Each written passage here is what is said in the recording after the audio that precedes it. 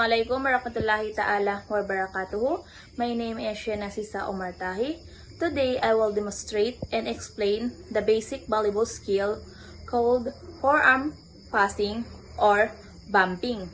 What is passing? Ang passing or forearm pass ay ginagamit para saluhin ang bola, lalo na kapag galing sa serve or attack. Nakakatulong ito para makontrol ang bola at maipasa ito sa kakampi, kadalasan sa center. Mga tamang position ng katawan. Una, tignan natin ang tamang body position. Tumayo ng naka-shoulder weight ang pagitnang ng paa.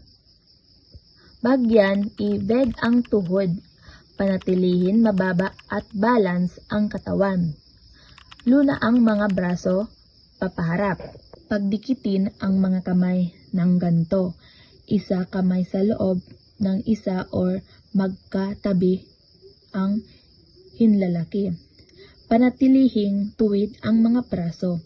Gumawa ng flat na surface gamit ang forearms. Ito ang tinatawag na platform. Ngayon, ipapakita ko ang forearm pass. Habang paparating ang bola, ituon ang mga mata sa bola. Iposisyon ang katawan sa ilalim ng bola. Huwag masyadong iswing ang braso.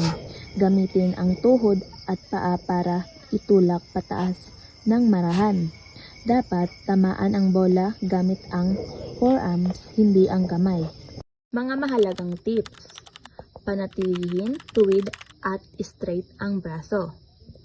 Gamitin ang paa at tuhod, hindi braso, para sa lakas. Panatilihin flat ang platform.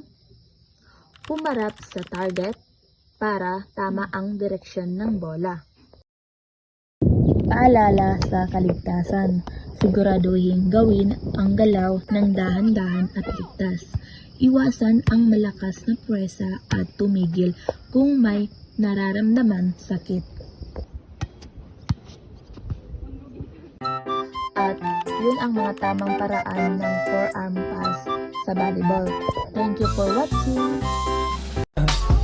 I just had to let you know you're